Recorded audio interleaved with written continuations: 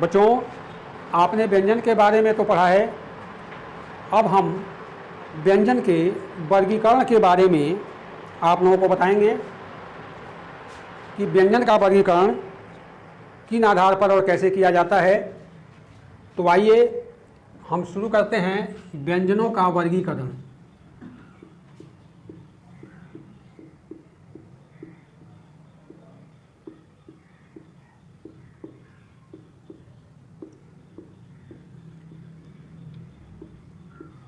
व्यंजनों का वर्गीकरण वायु प्रयत्न के अनुसार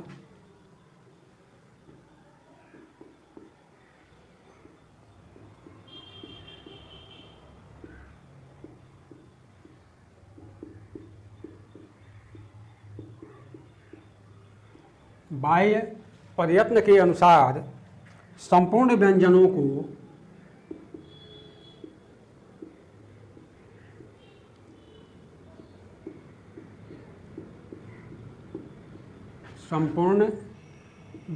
को हम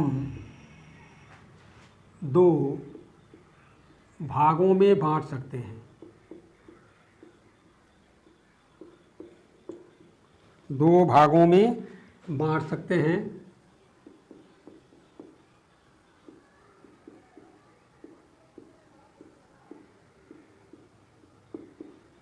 नंबर एक, अल्प प्राण,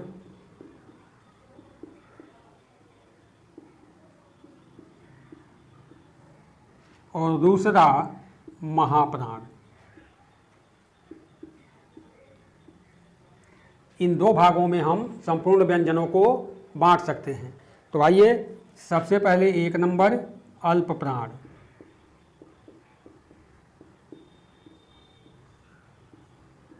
ये कहता है जिन वर्णों का उच्चारण करते समय जिन वर्णों का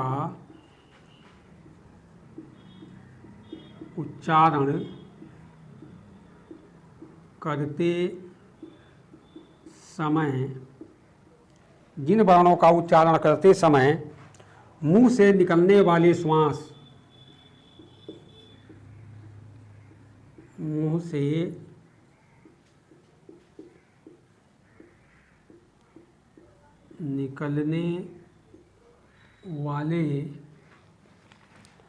श्वास की मात्रा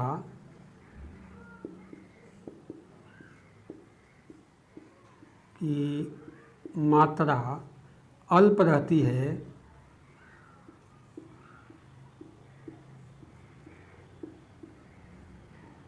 जिन वर्णों का उच्चारण करते समय मुंह से निकलने वाले श्वास की मात्रा अल्प रहती है उन्हें अल्प प्राण कहा जाता है।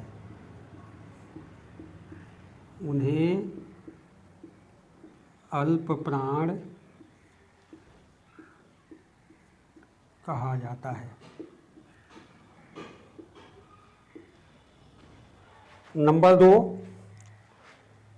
चाहे इसके बारे में जान लें। प्रत्येक वर्ग का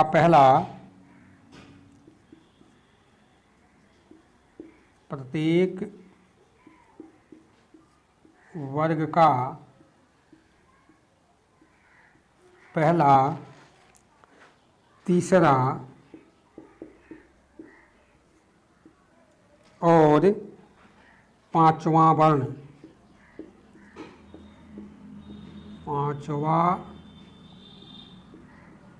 वर्ण और अंतःस्थ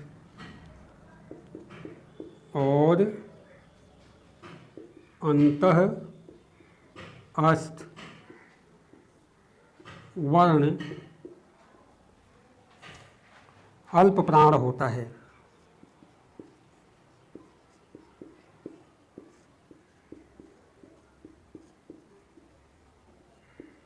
नंबर दो, महाप्राण।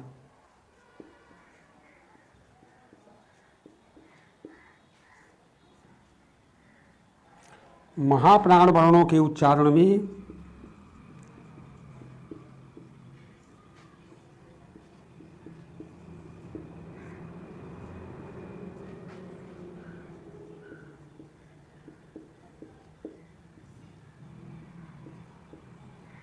महाप्राण वर्णों के उच्चारण में श्वास अधिक परिमाण में, श्वास अधिक परिमाण में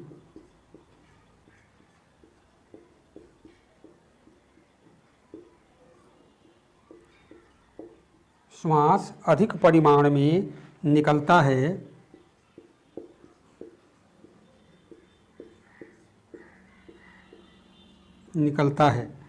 प्रत्येक वर्ण का दूसरा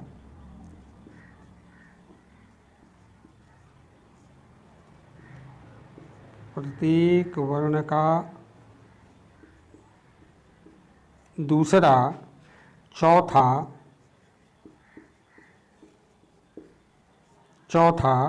और सभी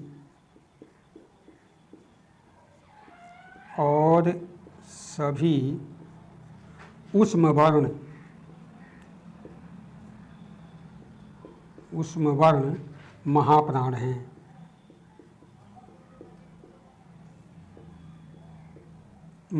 हैं।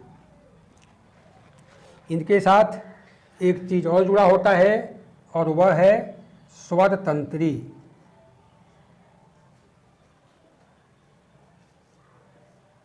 स्वर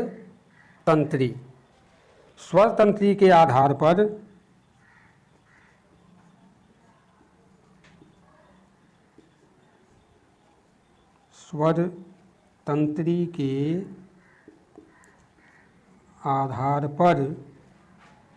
वर्णों को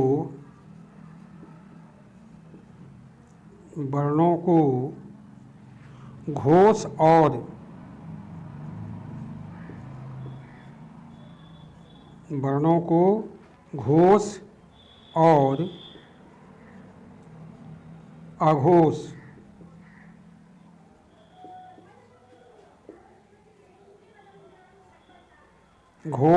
और अघोष वर्गों में विभक्त किया गया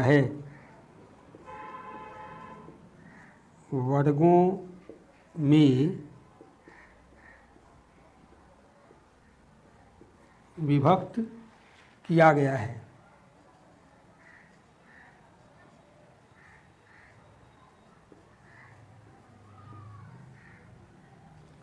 तो आइए इसे हम मिटाते हैं और मिटाने के बाद फिर आपके लिए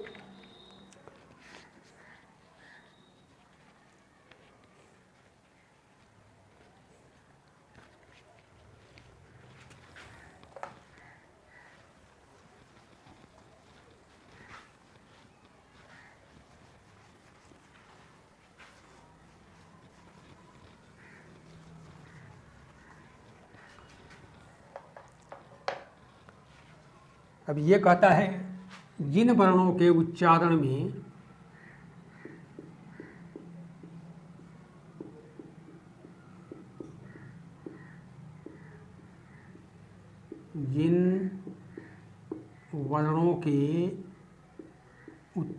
में स्वर तंत्रियां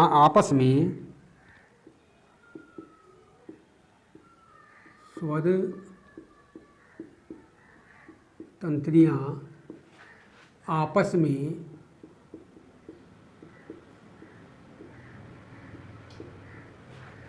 झंकृति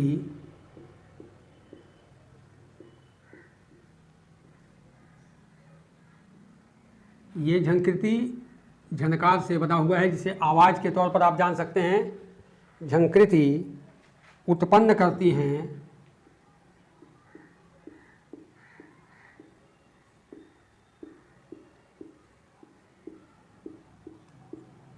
वे घोष कहलाती हैं।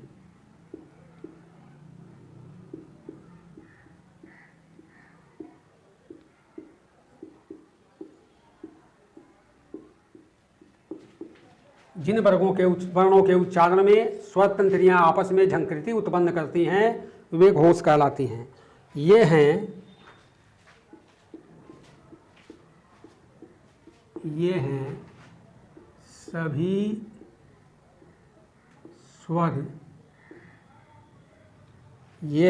सभी स्वर प्रत्येक वर्ग के तीसरे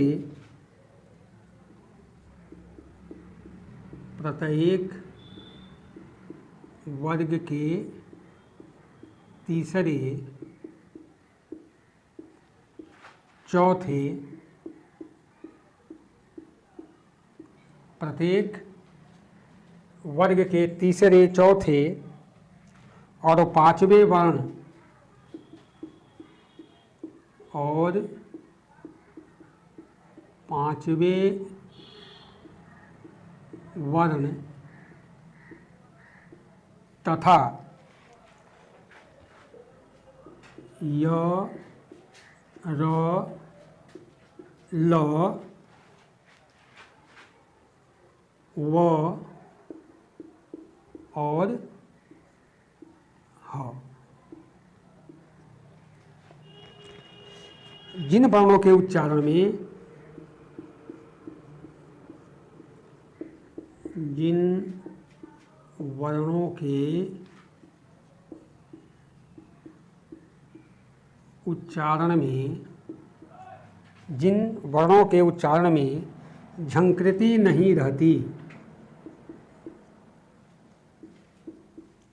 झंकृति नहीं रहती वे अघोष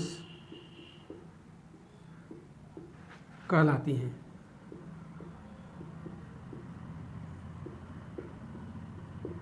वे अघोष कहलाती हैं। क ख च छ ट ठ त थ प फ तालव्य स मूर्धन स और ह अघोष वर्ण हैं।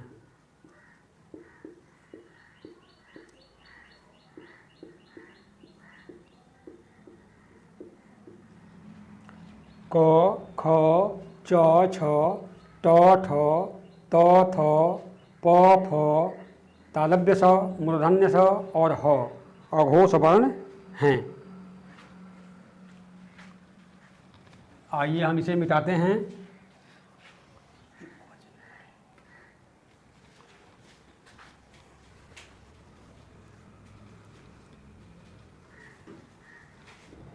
प्रयत्न की दृष्टि से हिंदी में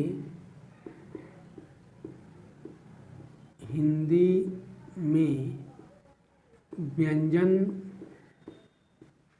वर्णों को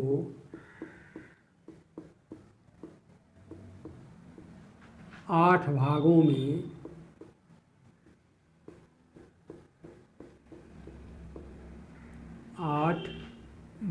में बांटा गया है।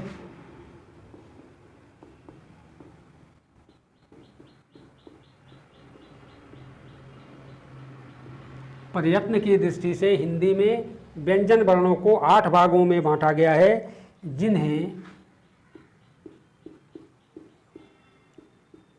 निम्नलिखित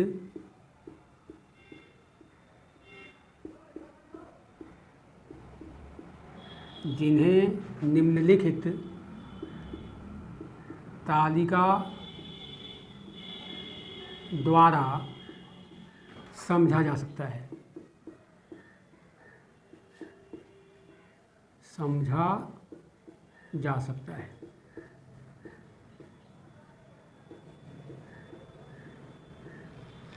तो आइए यह तालिका आपके सामने। सबसे पहले 1 नंबर स्पर्श, नंबर 2 स्पर्श संघर्षी,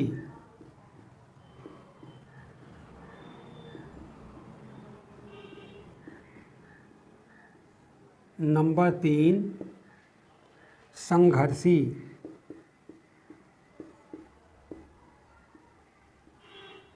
नंबर 4 अनुनासिक।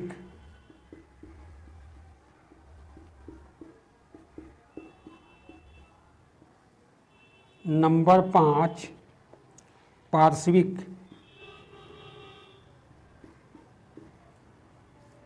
नंबर 6 लुंठित या प्रकंपित। लुंठित या प्रकंपित। नंबर 7 उत्क्षिप्त।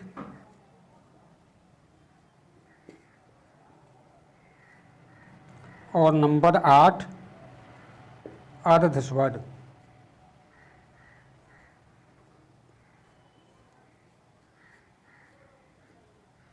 ये हमारे 8 भाग हुए व्यंजन वर्ण के, जिसे प्रयत्न की दृष्टि से हम बांटते हैं।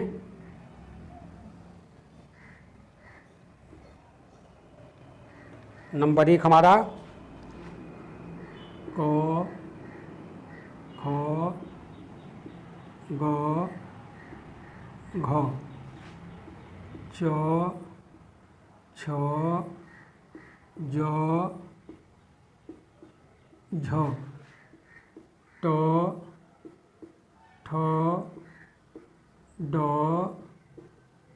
ढ, थ, द, ध। नंबर 2 स्पर्श संघर्षी।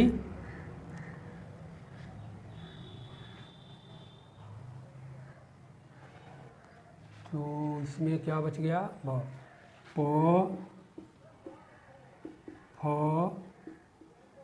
ब, भ।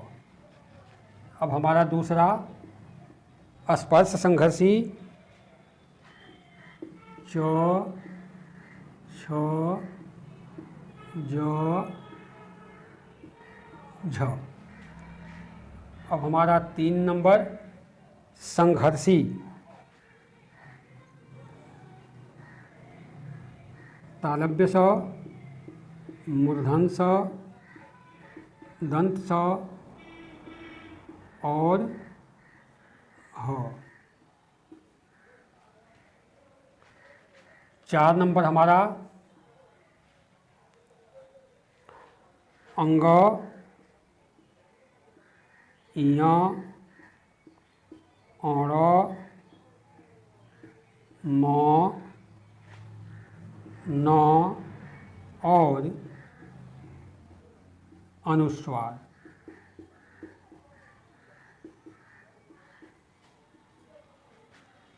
5 नंबर हमारा ल। 6 नंबर लुंठित या प्रकंपित र। उत्क्षिप्त हो गया र, ढ। और अर्धस्वर हमारा हो गया य, र, ल, व। यह रही तालिका आपके सामने। ये हमारा हो गया स्पर्श स्वर,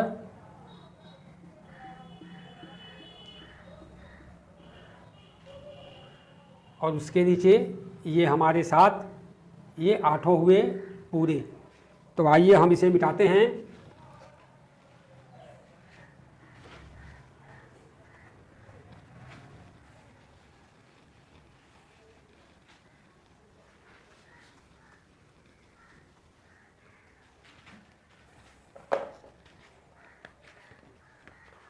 अब कहता है उच्चारण स्थान के विचार से।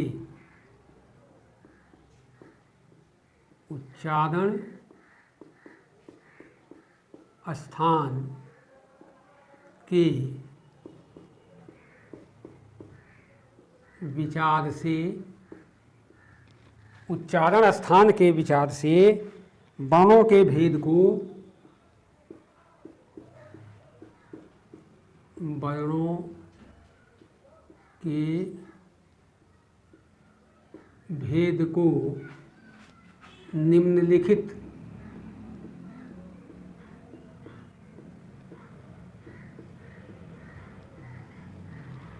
उच्चारण स्थान के विचार से वर्णों के भेद को निम्नलिखित तालिका से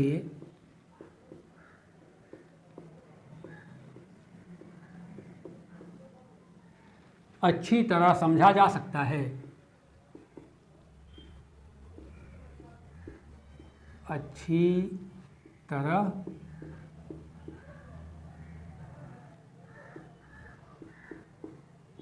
समझा जा सकता है।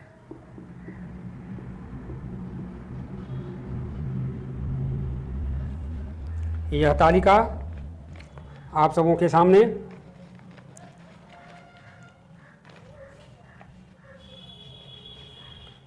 ये रहा हमारा वर्ण, दूसरा हमारा उच्चारण स्थान,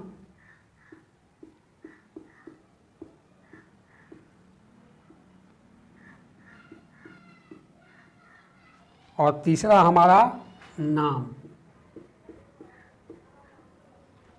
तो आइए शुरू करते हैं।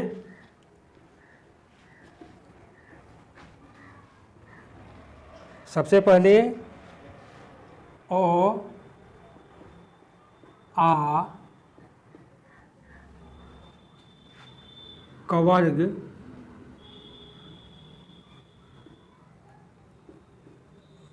ह और विसर्ग और विसर्ग। इसका उच्चारण स्थान है कंठ। इसे हम नाम देते हैं कंठ।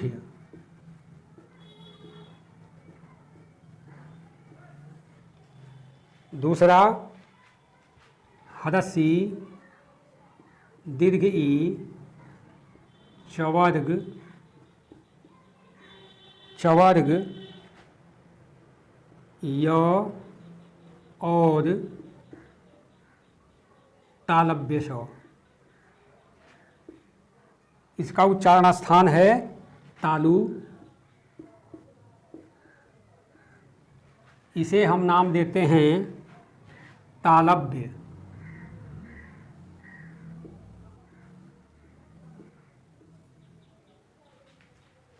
तीसरा हमारा री टवर्ग र और मूर्धन्य स। इसका उच्चारण स्थान है मूर्धा।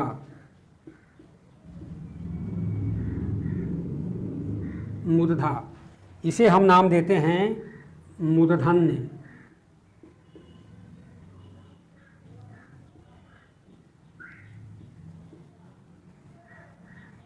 मूर्धन्य। चौथा हमारा तवर्ग ल और दंत स। तवर्ग ल और दंत स। इसका उच्चारण स्थान है दांत। इसे हम नाम देते हैं दंत्य।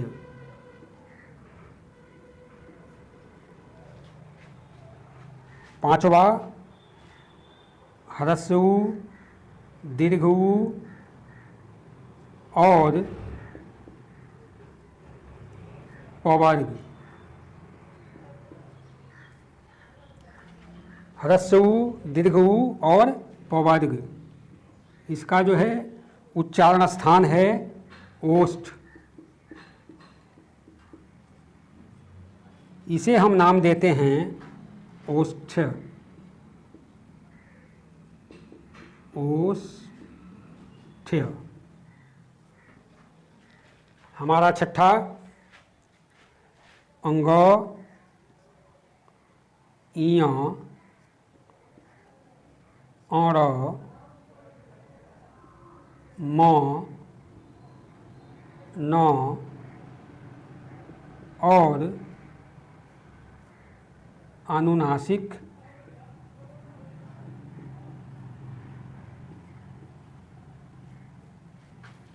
एवं चंद्र बिंदु।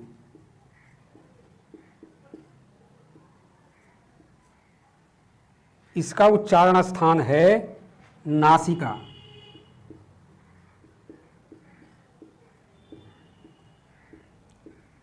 नासिका, इसे हम नाम देते हैं अनुनासिक।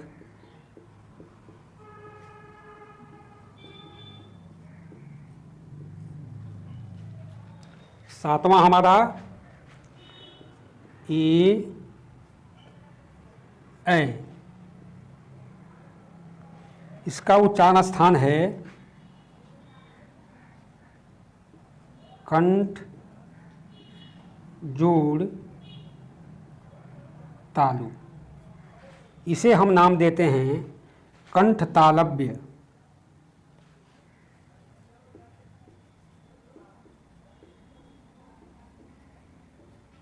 कंठ तालव्य। इसके आगे हमारा है ओ और औ। ओ और औ। इसका उच्चारण स्थान है कंठ जोड़ ओष्ठ। इसे हम नाम देते हैं कंठोष्ठय।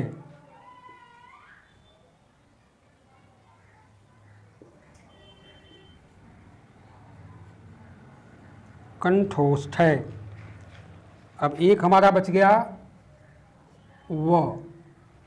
इसका उच्चारण स्थान है दंत प्लस ओष्ठ। इसे हम नाम देते हैं दंतोष्ठय।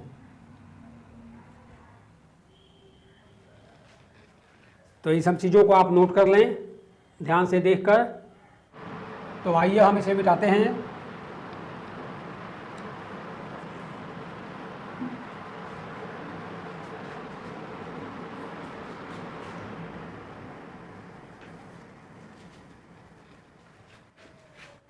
और आगे हम बलाघात और स्वराघात वालों के बारे में जानते हैं।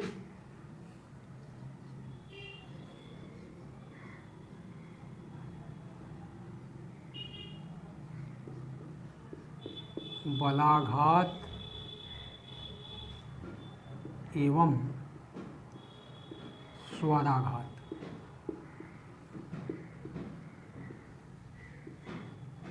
बलाघात एवं स्वराघात।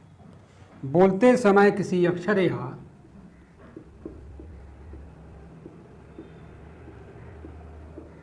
बोलते समय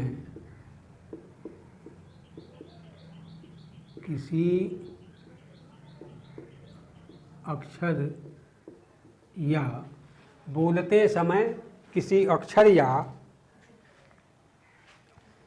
शब्द पर जो बल दिया जाता है, शब्द पर जो बल दिया जाता है उसे बलाघात या स्वराघात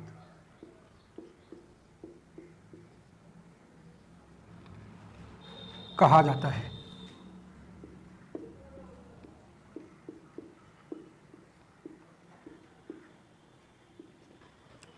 एक चीज़ और इसके साथ जुड़ता है और वह है अनुतान। तो भाई अनुतान किसे कहते हैं यह भी जानना जरूरी है। तो आइए हम जानते हैं अनुतान के बारे में। उच्चारित ध्वनि की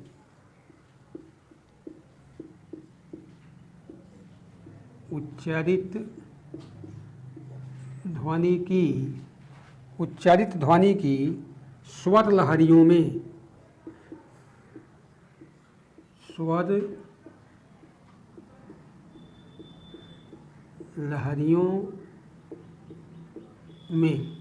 उच्चारित ध्वनि की स्वर लहरियों में उतार चढ़ाव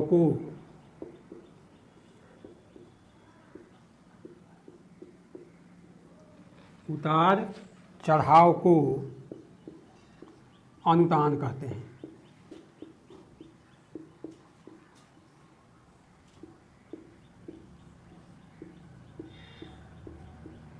उच्चारित ध्वनि की स्वर लहरियों में उतार चढ़ाव को अनुतान कहते हैं। इस स्वर लहर के कारण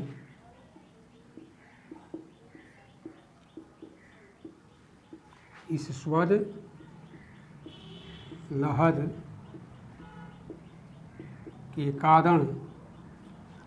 स्वर लहर के कारण शब्द तथा वाक्य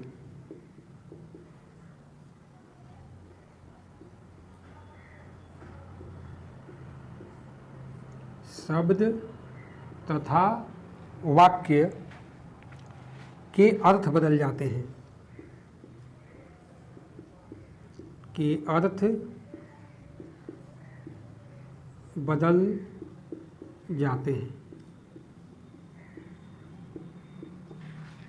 यह कैसे भाई? तो सामान्य कथन है,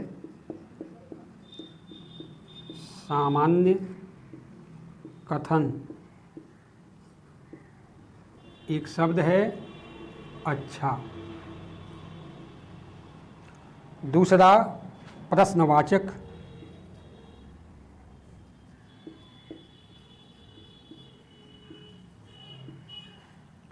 यह भी अच्छा,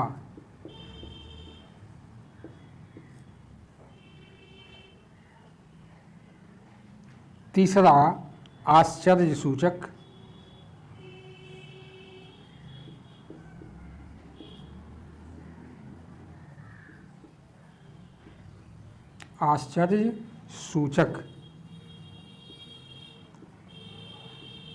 अच्छा।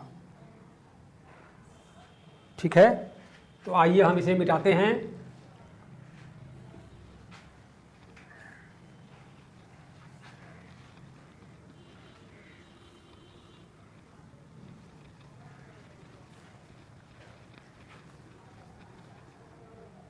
अब दूसरी तरफ हमारा बचा क्या? संगम।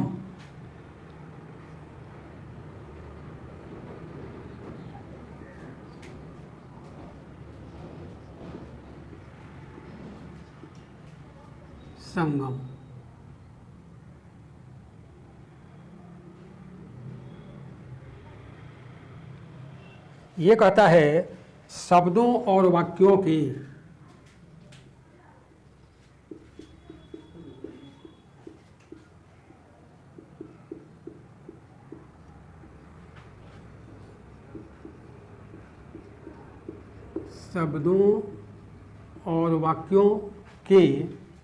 उच्चारण क्रम में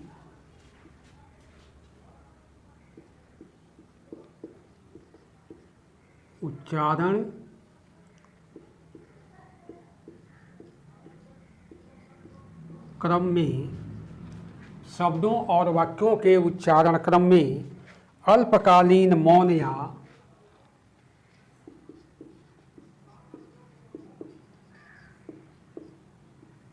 अल्पकालीन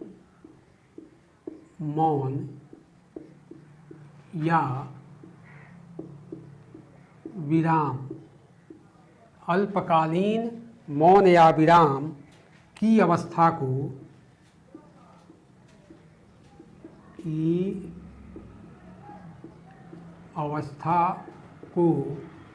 संगम कहते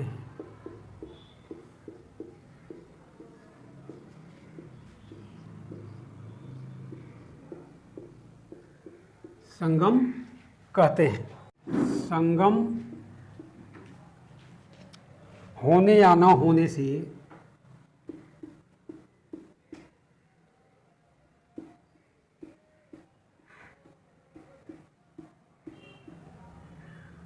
न होने से शब्द या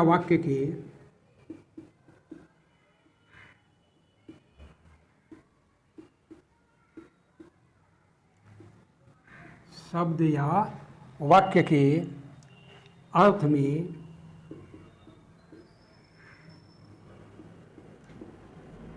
अंतर पड़ता है।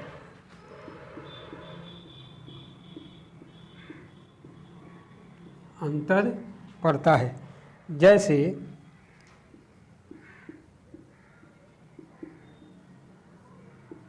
दवाखाना,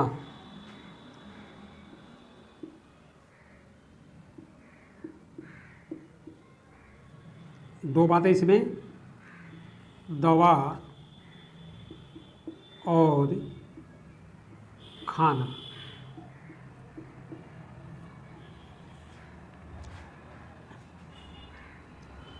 इसको ऐसे भी लिख सकते हैं, दवा और खाना। दूसरा, दवा पीली है। इसका क्या लिखेंगे, दवा पी ली है। यहाँ इसका अर्थ रंगों में होता है कि दवा पीली है, किस रंग की है, पीली है। यहाँ बातें होती हैं तो ये होता है कि क्या आपने दवा पी ली है। तो इस तरह से इस शब्द या वाक्य में